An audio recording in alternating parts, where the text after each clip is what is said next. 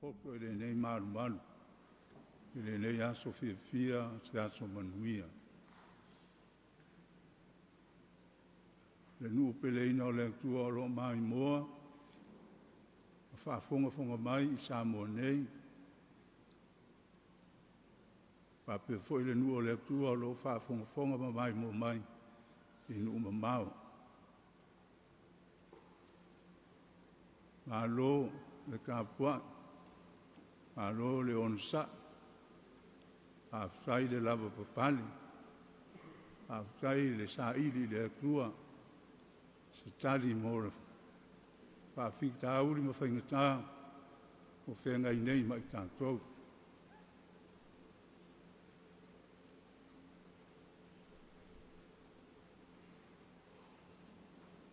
O le ansi singa a Yesu malona tina ya Elisabeta malana tamo Ioan.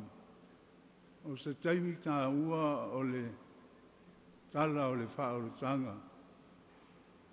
Pātino mādi ai le fuafuanga le atua mai ana mua.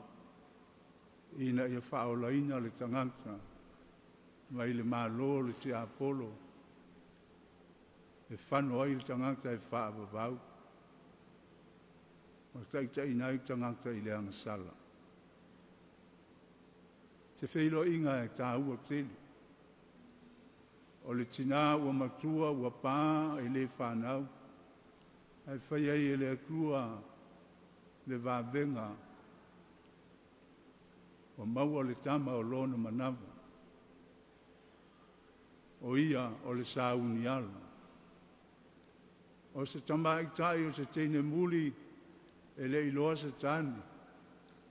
Ua alofa iai le angangu pa ia. Pa e le ngafa. Le ngaka o le atali o le atua. A o ia o le ala. O le moni ma le ola. E ka ua ai le aso le nei. E ona whaama malu ai le kalesia. O tama ia e tau lua na whiwhiria le atua. E whaatini ma whaatau nuu. Ana fuafuanga mo le kātou whaarutanga. O le kasi na maliu maani tile.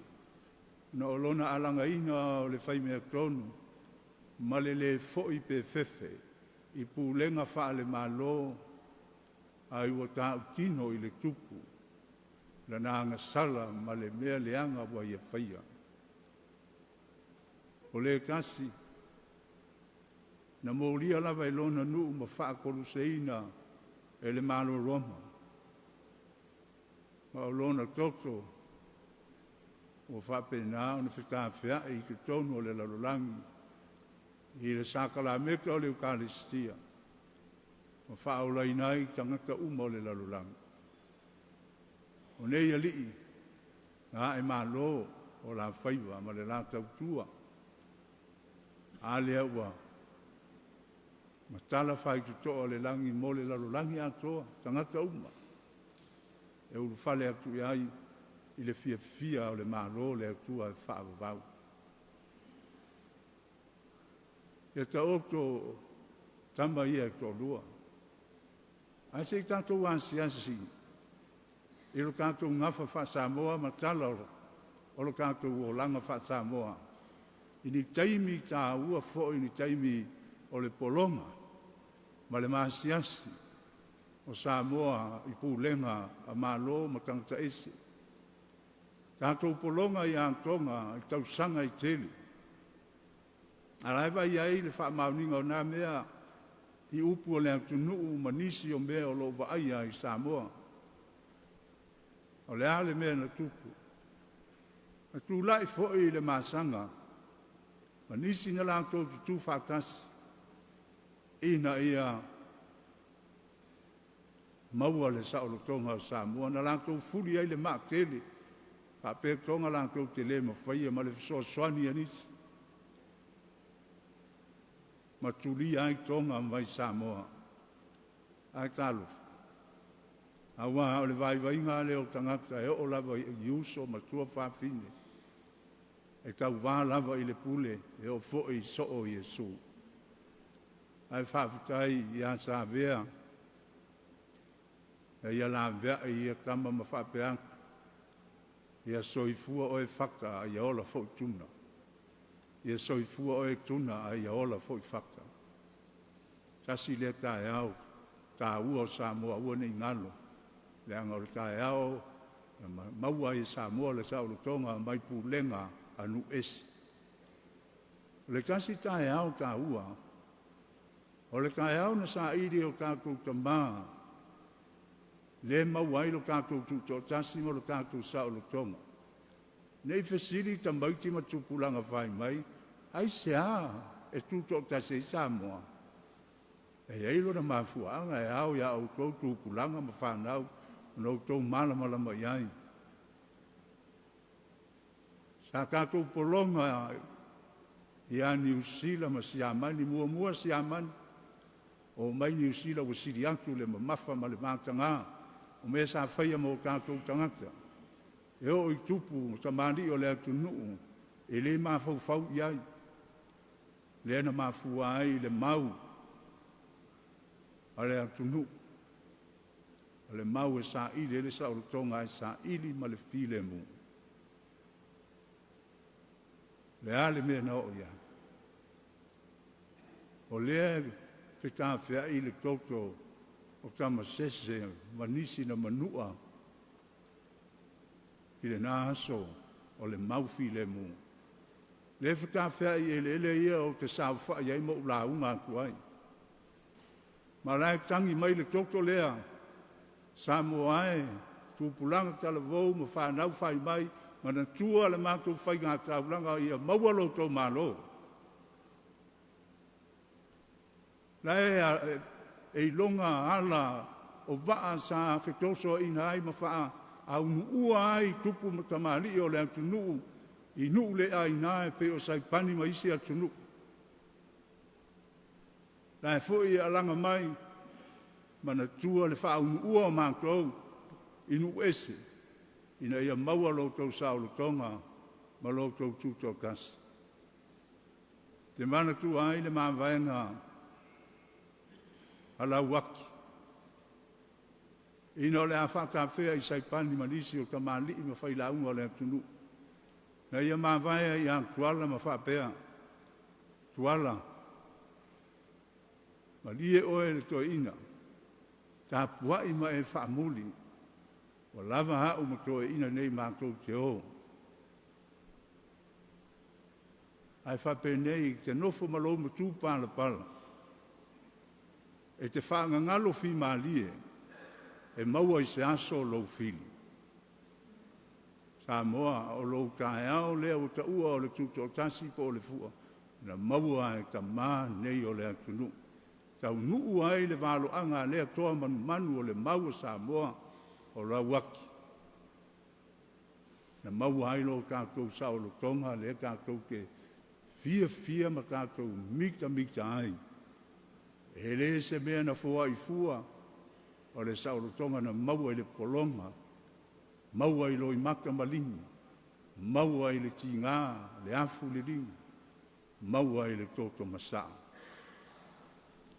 O aso ka ua ia ua ne ngalo ia kātou, Samoa, ai maise o kātou whanau, ma tō pulanga kalavou, leanga o tōu e tau a vea Samoa, nei mā kai au.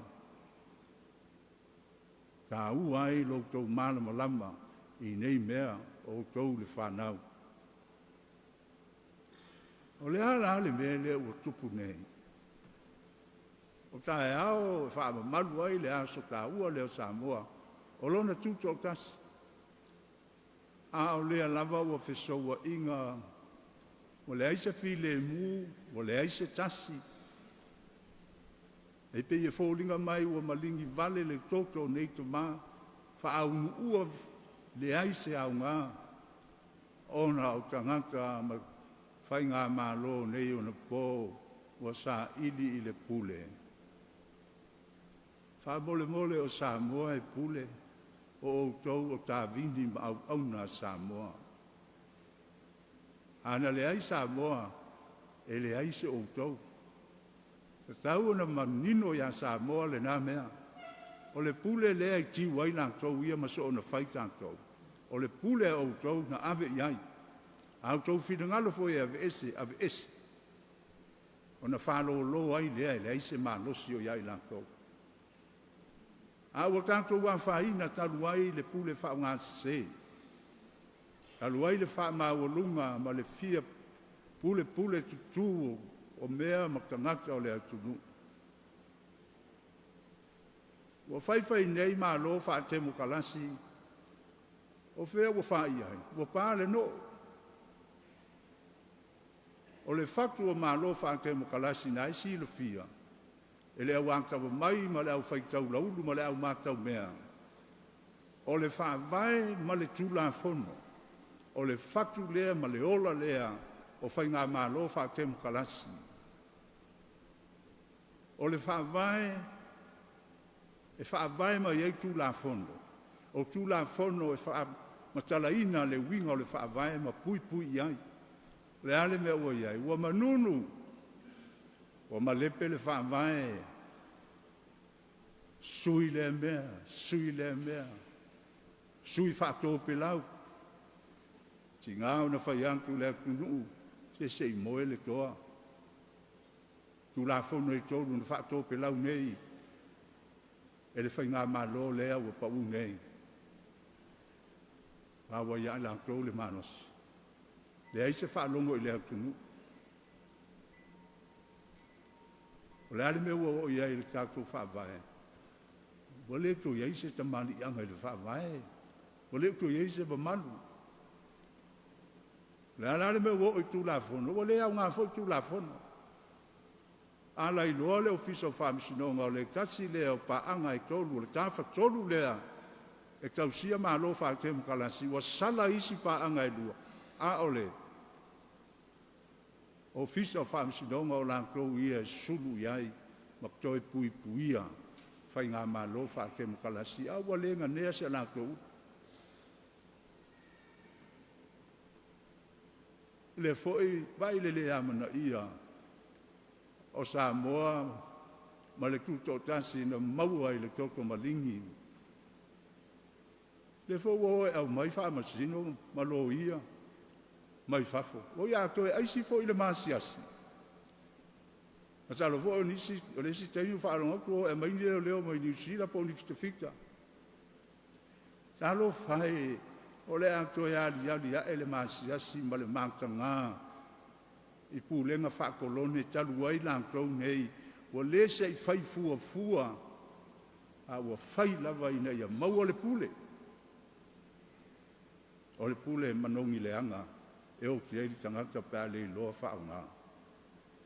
E le upu, e mamana lava le lalolangi, mai nisi o tangata whai filosofia. Power corrupts. Absolute power corrupts absolutely. Le anga inga nai a ngai ai ma lo e whapea e pule tutu, e le hiu le lei. A le whaale me lave ma lea. Mea lo fai e a whaina i tangata lau tele.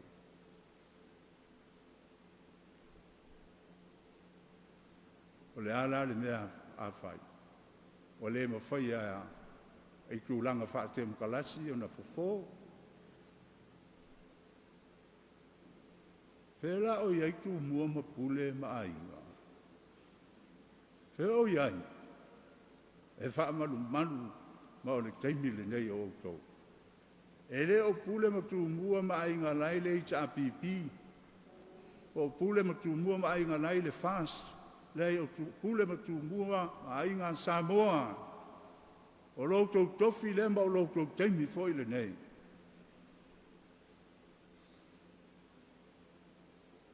Ka lo fai le ao le malo. E whaalongo i ai Samoa.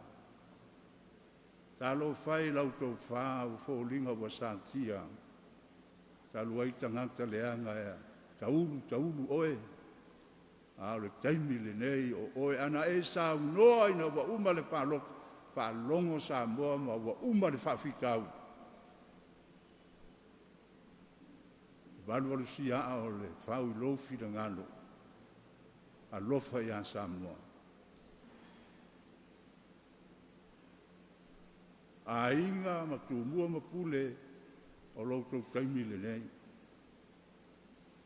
E whaakali le e kālesia e tā puai pēr. A alu suanga le vākele e kou te le tu lai mau kou le mawhaia fo i se mea o na tu lai lo leo le kālesia. O na olo na lofa ia Samoa. O te lea ia e isi e kālesia e Samoa e iei o lātou taitai e pule lava lātou. Ai tu lai le kālesia Katoliko. Ma e le vaia e Samoa se mea whapea o tupu ilona tala whasau pitu. E au ina savalia le kālesia Katoliko le ala.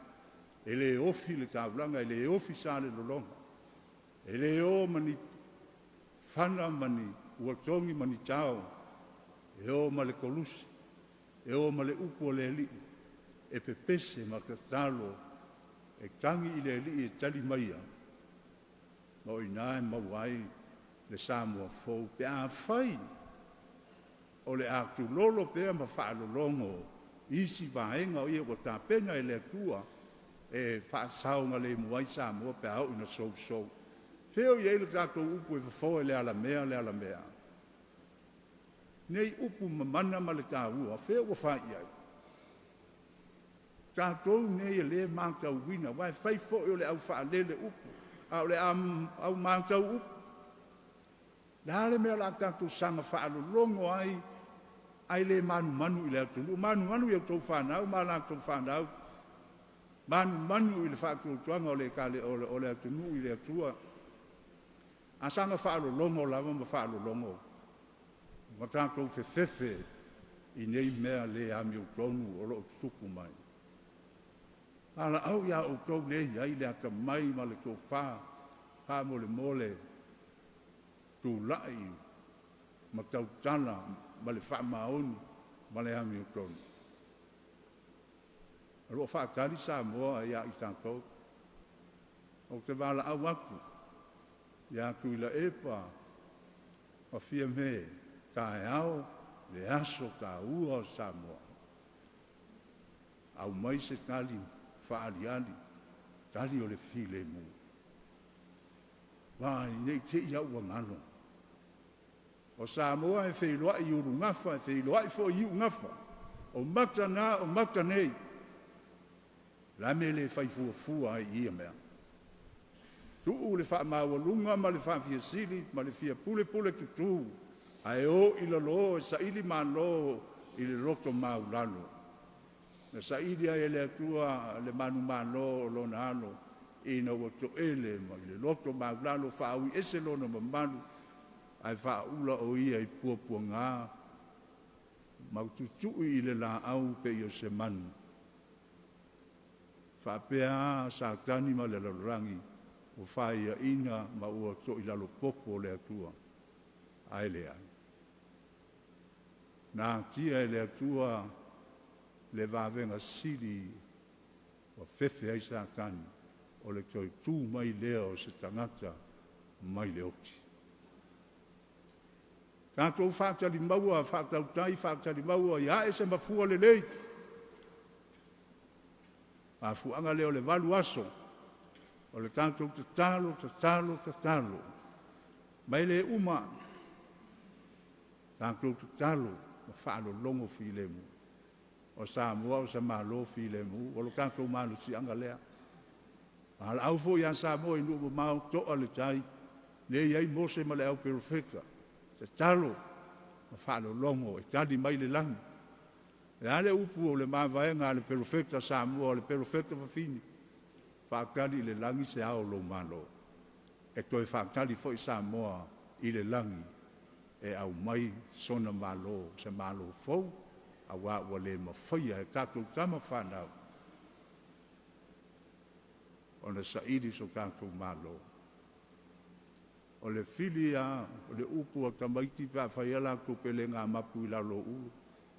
Ma lantou langi ngā palo, o le filia o le tama o le maua. E peia o le mea nā o tau anga i ei mea. Peia o le a maua e seis. Ua peia o i ala vea, Suluane i. O foanku tofinga maua lunga I lea ma se tia kua ia talo fai. Ono ia, o le fia umia o le pawa. E le fia whaawia le ula pei o na mansaniai le atunu. Whaaui le ula I le kasi toa o saunia. Ka waktu le mea sao lea ia Samoa. Ka imi na vevesi ai ma ua whai solo te te I tu la fono I tolu le ua whaatou pe lau o na pansia. E o tusi ai ia tuila epa. Sa o lango ia te ia leanga o le tofi le o le kalesia lango I le whai ngā malo o filifilia le atulu. Sa o lango malosi ai. Nā ke iloa le leia. E o tusi ai tuila epa. Hale mea te le wha ma vai ai. Wa I longa o wana o. E muri au ngā ruenga le lei ia. O I le mawhai una ngalu I lolo. Ia Samoa ma le lalolangi. Wa ka tau a whai o se taitai le le. Wa ka tau na e ka pena seisi. E ka tau a vea o e wai te le so I fua wha mawau. Ai tusi mai tu la e pa mawhai mai keiloa. E le ai ama seisi. Le ai ama seisi. O tau na le hita a pipi. O le ala o tau whalongolongo I le talala. Alo tau taitai. E le ai ama seisi o tau e anga waa. Ioe, te ofo. O le vano tau I loa I le whalongo tu I pa ia au tau. Ai whai ale valea. Tu lou. Ai le poto fia me. Ma o ia le sa u whapea o ta pena I tu I. Le upai whai mengi ia nga kalam. Te pelo ia mana kau whaatse. Ai le hai, o umalona taimu. Tui la epa, o oe o lo uantali I le whaakutuanga Katoliko. Antali I le leu stai lo tama. E te manuia ai. Nai te iloa lo o kāpua I mo oe. Le ale me te mana o te whaia se sauninga lo tele o te whaia o te le te te. La e whai mai fwoi. I le komiti o le fua, o ia Monsignore, e malie e whaia ia le loktu o le fua, le loktu le tae au, ai no le koviti, e whaia una pu e na whaatala lau lea. Vai ei le manofo le pale mia, o i oktula e pa, wow. No uloa ale mea o le awhai, e a baku neiv, fia mwa ai I le tape, le na pu e I, ta usau whaia I ma whai, a baku e malana polo inga. E le ai, aua le whaasala lau e le aise. Te vai lai ai, me o le tangata ua fefe. Wa le mauton. A lea na o sta I ama whai. Na whaatanga la o whalisa lea. Tako whalisa. Whai le loku ana po. Nanga o le loku o Samoa. O ke le iai zang o mbea I savai, whapea foia. Malu la o saulanga ma fionga ya kansiano ta yon e le iai ona o mea o tolo whaafia sauninga loku sa vai ka luai mea nei tupu na alua I lea se whaasoa Samoa to ale tai ma file mu o lo soifua pea le atua ua kākou I le atua e tani a le atua e whaatuai le atua langa e tu le avanoa I ona tangata e whaia I la kou le mea le leima le mea sa. Ai a o ina whaabufonga le atua I le tangi aku o tangata ma le tangi ae o le ele ma le siu somang.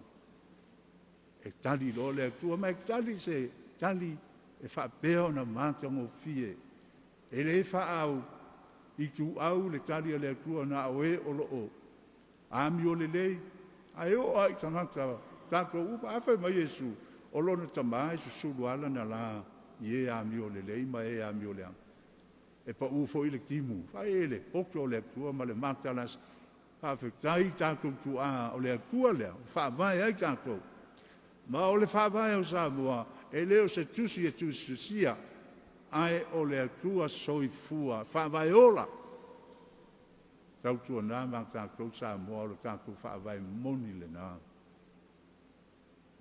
Loko ki tele foi, o fisa o whaamisidonga. Ali mo tamaita I malu le malo, whaafutai.